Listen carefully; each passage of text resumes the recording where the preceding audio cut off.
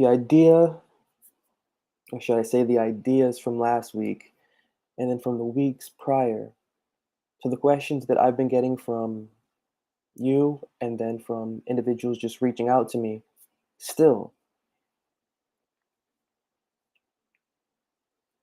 fascinating because my thoughts are always in one stream of thought, but then they move depending on the kind of reactions that I'm getting and the responses. And the responses that I'm getting and have been getting, they've been leading me to think more along the lines of a subject that I brought out maybe months ago, but is now once again relevant. And that relevancy being the emergence of the devotional conversation from darkness. So last week, as I was talking about creation and I was talking about how the creation emerges from its darkness, knowing nothing. I was talking about how the invisible elements heard a sound, and the wave of that sound catching that invisible element caused that invisible element to be created into what it should be. There's no, as I said last week, it doesn't say let there be light, light do this process, light have that process, light do this, don't do that. There's no do's and don'ts in Genesis 1. There's only sound, the sound of voice, the voice reaching invisible element translating that voice from knowing nothing about it, but growing familiar with that voice to become what it should. And what should emerge should be good, and not good due to the physical appearance, not good due to whatever on the surface. It is good due to it doing well for the other invisible elements around it. Because there's no such thing as divide waters from waters, and then the waters divided, and then the clouds formed, and then the seasons happened, and then it doesn't say all this. It just says that this happened, and then it was good. Well, there's an unwritten ethic in that formulation there. And that unwritten ethic is the art and the act of sound entering into here, or of sound entering into mind, and mind becoming what it should without a do and without a don't. I'm going to say that again. In the creation, what you have sound meeting mind. You have sound wave meeting element. Invisible element taking in that sound, processing it, getting familiar with it, being trained and disciplined by it, and becoming what it should be without being told, don't be that or do not be that. No do's and don'ts. Why am I pointing this out? Well, because of the responses that I've been getting since last week and the week prior, where it is seemingly that I am going at the code of Moses, which is righteousness by doing the deed or the act of a religious law. So I'm not really going at it. It's just that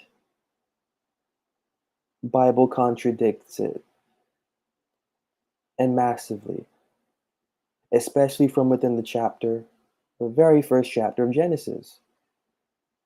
Again, there is no do and don't for the invisible element that should become a visible element that should become a physical thing. No do and don't. And when I'm saying no do and don't, I want your mind to harp back to Moses that says do and don't.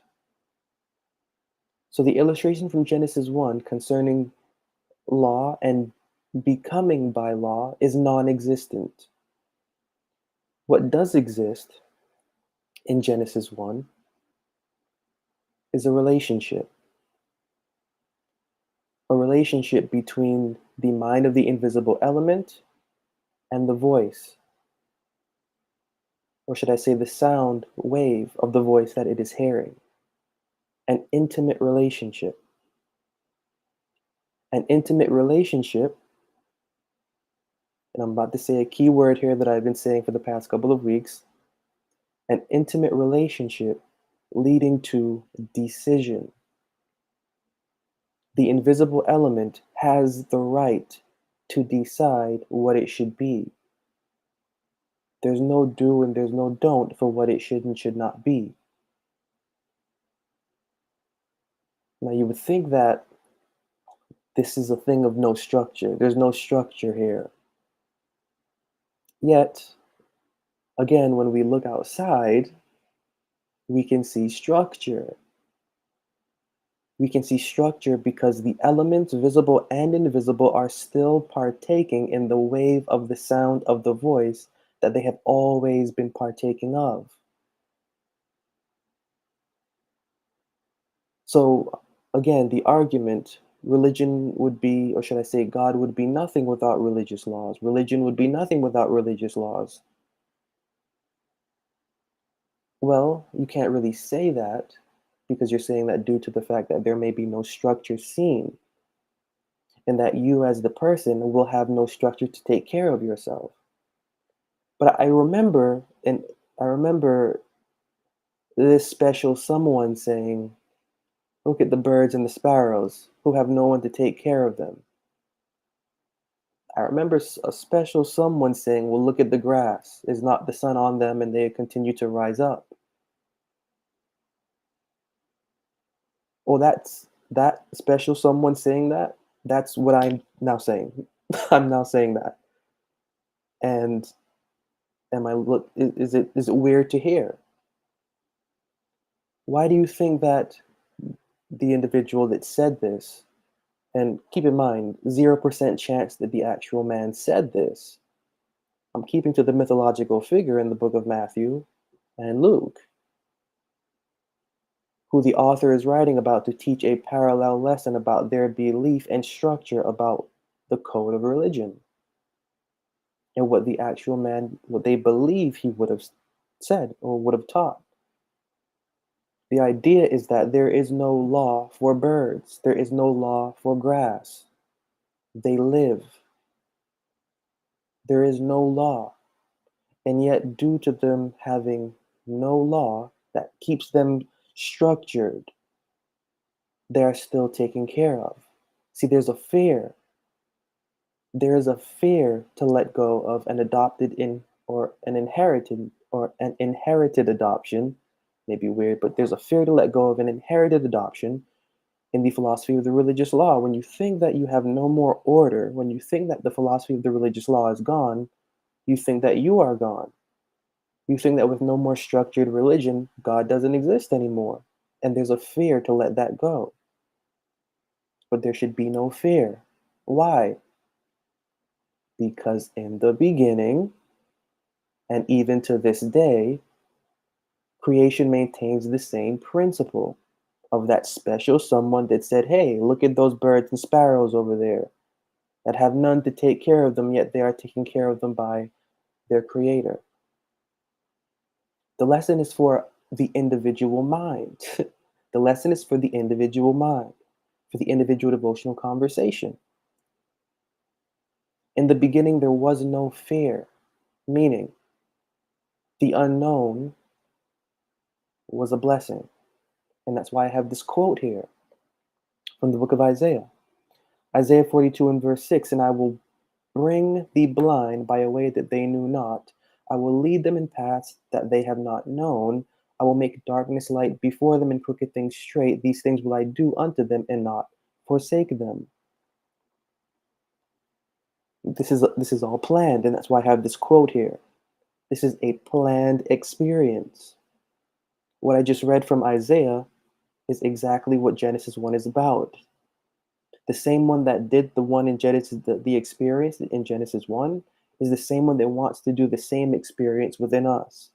That's how we can know this is the same creator.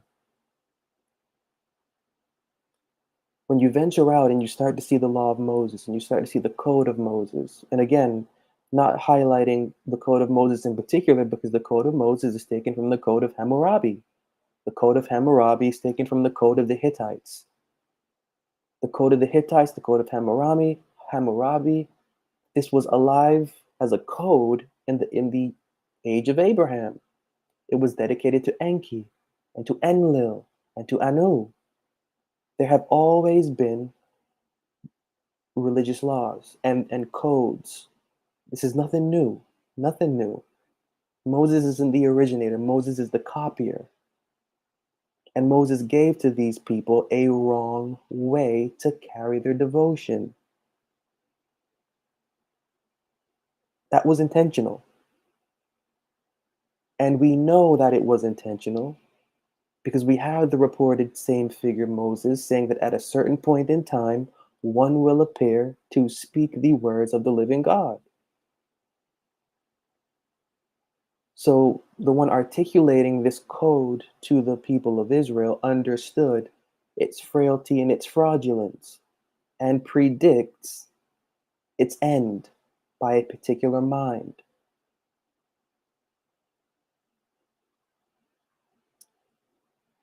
This is the narrative throughout the scriptures. You don't really need Moses to prove this. You don't really need that portion of, and I will send them a prophet that shall speak my words, and so on and so forth. You don't really need that. Each chapter of the Bible, each book of the Bible articulates the fact that the code of the religious law is fraudulent and is a false way to carry the conversation. Philosophically and devotionally. I'm not talking about personally. Bible can care less about what is personal. Bible can care less about what is your personal like. What matters to the Bible's mind is philosophy, and philosophy specifically geared to the human being. You can like it or not, it's what it is. You can have a personal preference or not, it's what it is. Just like if anything that we had to be told by anyone, we have a personal preference, that's what it is, and then we're sticking to it, well, we have to realize the Bible is a mind. The Bible has a character.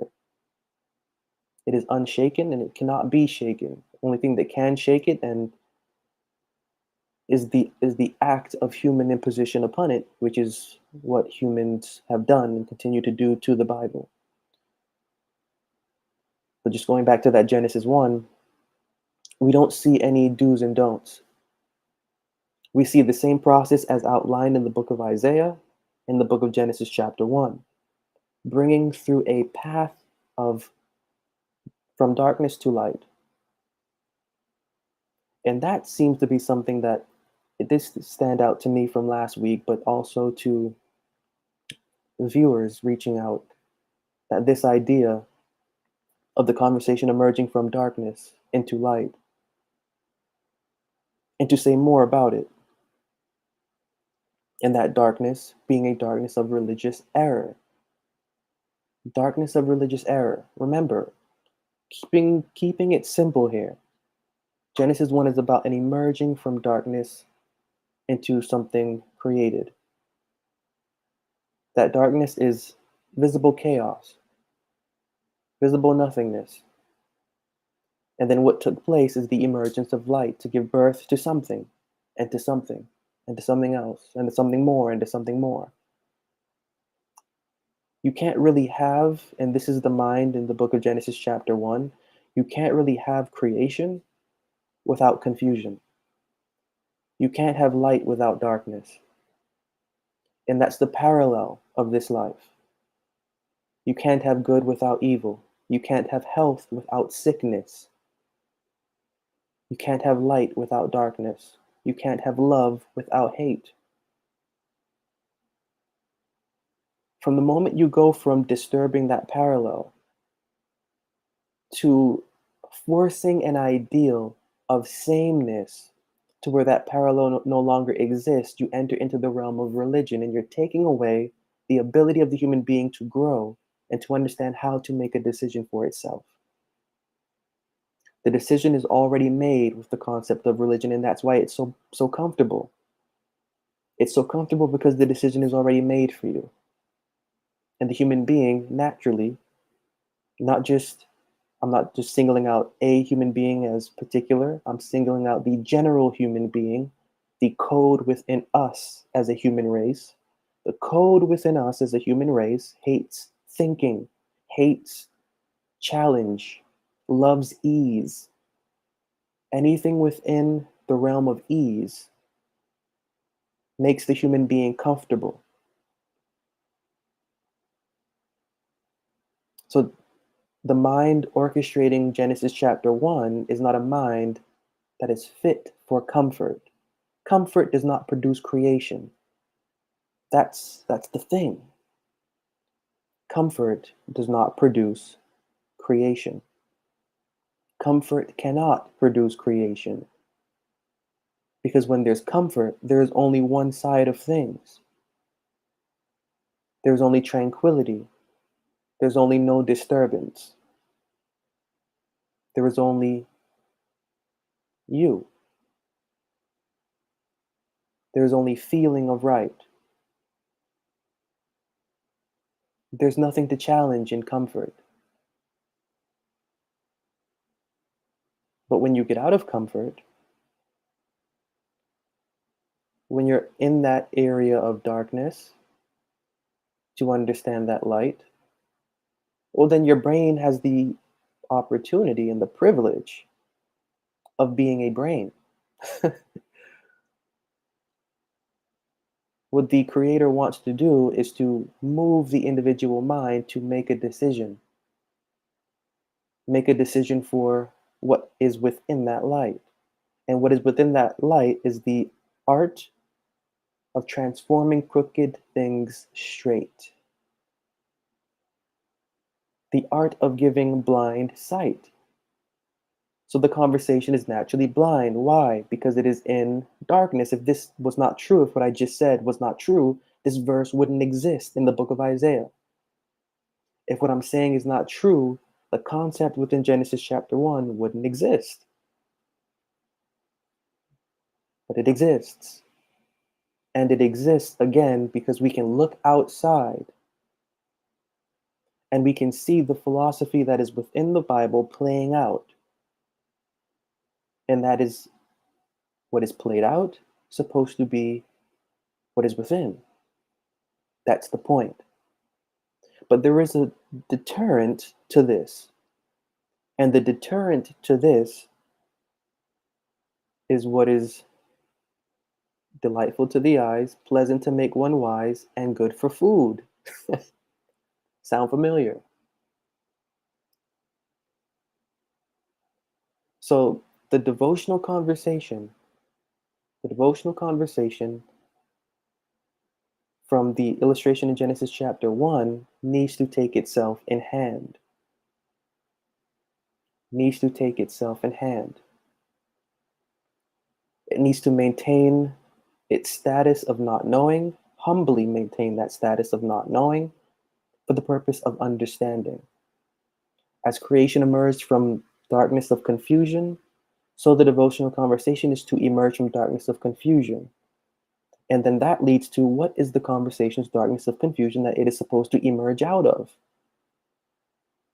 This is the hard one because this will get to the emotions.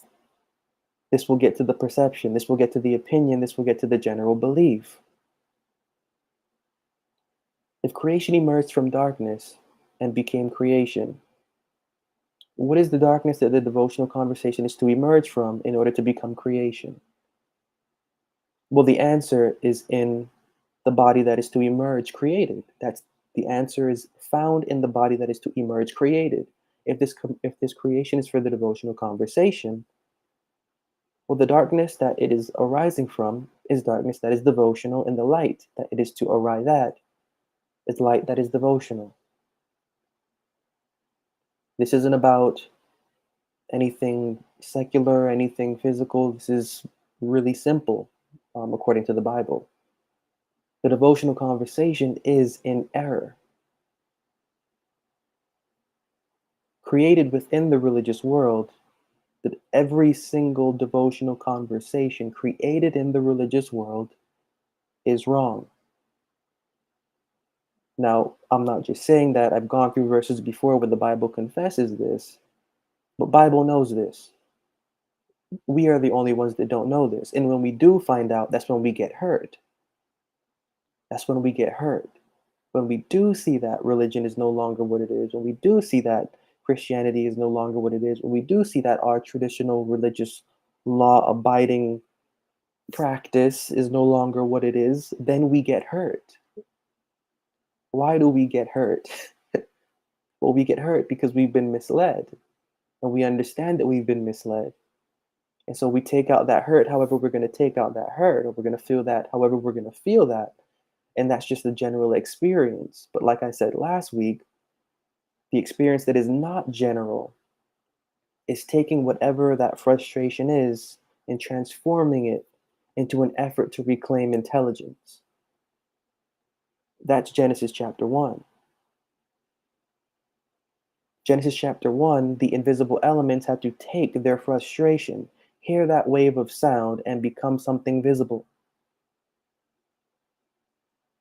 Again, in that act of doing all of this, there is no voice saying, light, do this process.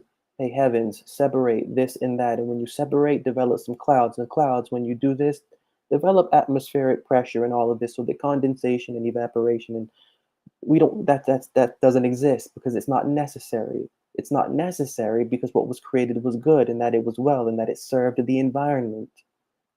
There are no do's and don'ts in Genesis chapter 1, just to say once again. There is no religious law in Genesis chapter 1. There is only an experience for relationship between voice and hearing mind. That's lesson for us. That's lesson for us.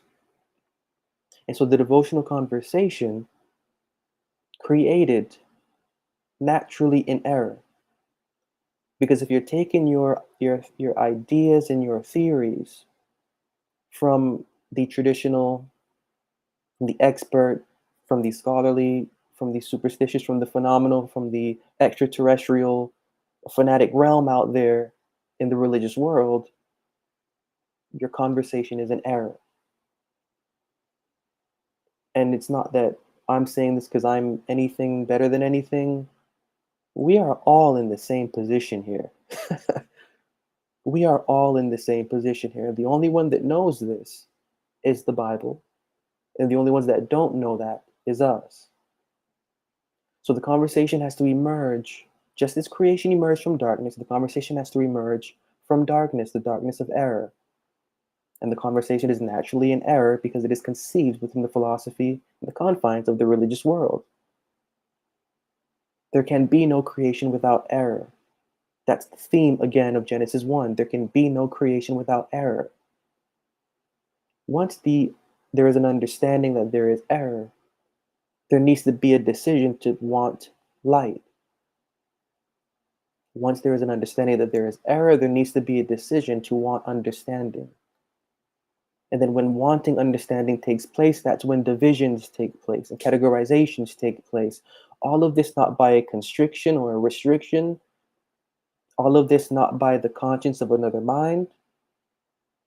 All of this is happening within creation. All it says is, let there be light, and there was light. What is unspoken is the routine and the process for light to take place, which was not by any sort of law or control or constriction. The lesson, that's a lesson that we really need to take in. Because once you get past the stages of Genesis 1 and Genesis 2, and then you're moving onward, you begin to see a different culture. You begin to see a devotional culture constricting the conversation by way of sacrifices and offerings. Of which in the book of Jeremiah, it says, I did not instruct this people to do sacrifices and offerings to me when I led them out of Egypt. Well, if you didn't, then who did?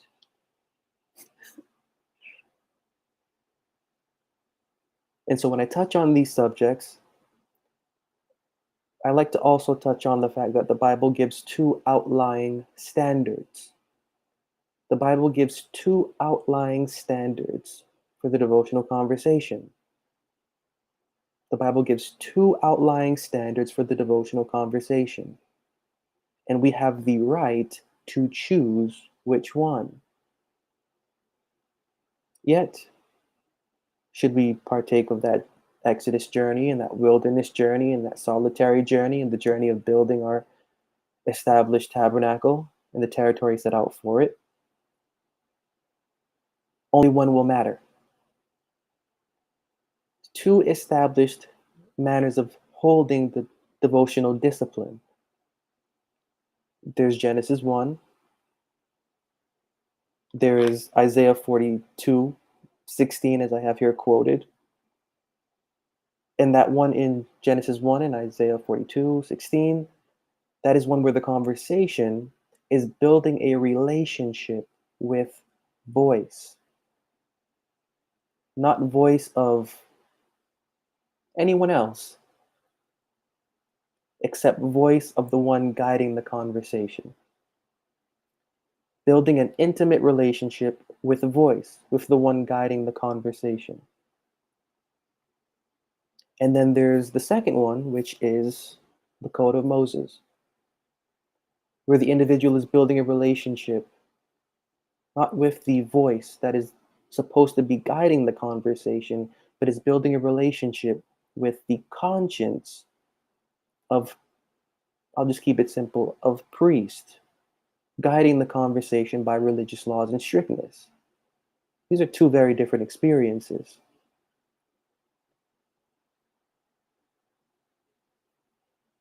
And the Bible understands that these are two very different experiences. The Bible understands that these are two experiences that exist.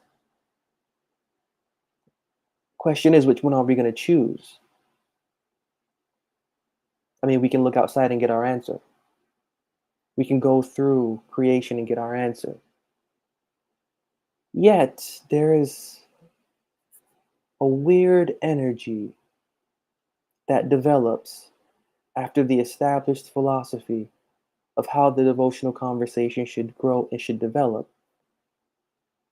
that emerges.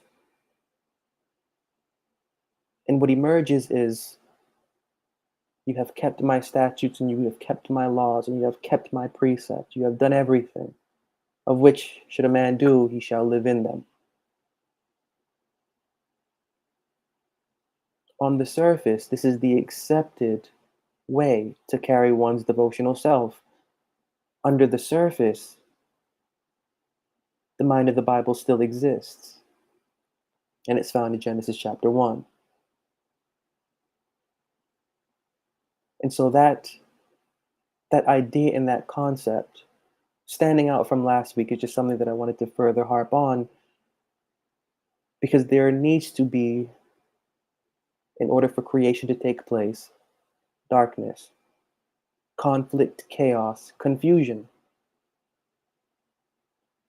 And when you can know what that darkness, chaos, conflict, and confusion is, well, creation doesn't really become that difficult anymore, because now you see the end goal.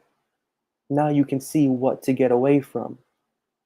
The issue now becomes, how do I maintain? And then that's where you dip back into the scriptures for that particular wisdom that is needed for your individual experience, and exercise it and continue the process. Dipping into the scriptures, we're hearing the voice that our conversation is supposed to honor. Just as creation had the voice that it was and continues to still honor, it's the same experience. The conversation is to emerge from its darkness into its light of understanding, without constriction and without restriction and without philosophy of religious law. That is creation. And it is this manner of creation that, when we take into account of its actual benefit, which is for the core of the human being, the core of the human condition, well, then we can understand why this is necessary. Why this verse that I quoted from the book of Isaiah is necessary. This quote is talking about the experience. If we're not having this experience, something is wrong with our devotional conversation. And the individuals that do reach out to me are voicing discomfort in their experience due to not having this in their memory banks. And so I'll stop here for now because I find this subject very fascinating, and especially when reached out about it, because there are so many individuals that are not comfortable um, with church and that are not afraid to say it and that want their conversation to have more. They know their conversation it should have more, but they don't know. And then when you show this verse right here, everything changes. Everything changes. Because then you're seeing the art of creation in this verse. You're seeing that you're not crazy. You're seeing that the general mode of life that the devotional conversation inherits, there's something wrong with it. And there's something wrong with it because there's no liberty or there's no freedom there for the conversation's conscience to adjust to itself, both as personal and devotional creature. And like I say, or have said weeks, maybe even months now, months now, is this experience is not for everyone. The experience of Genesis chapter 1 and the liberty of conscience found within it, both personally and devotionally, not everybody will find that delightful. There will be arguments against it, despite the concept being present. There will be arguments against it. And just as on the surface, there is the Code of Moses, supposedly superior to an intelligent conversation, that will be the argument forever and forever and forever, because that's just the blueprint of what this life is. But for us understanding, there is more to the devotional experience than constriction and restriction by religious law, seeing how inhumane it is, and also understanding the Bible's opinion of it. Well, then we have a responsibility to ourselves, personally and devotionally, for intellect and for empathy and for an experience that is and can be as fulfilling as we imagine it or envision it to be, with the living mind orchestrating it. And so, with that thought, for this entire week, as I will do with you, for the purpose of creation, keeping an eye out for confusion, to understand where there is possible light to emerge from that conflict, light of understanding. That, that by in doing so, the conversation may assist the cultivation of the human condition in a positive and intellectual light.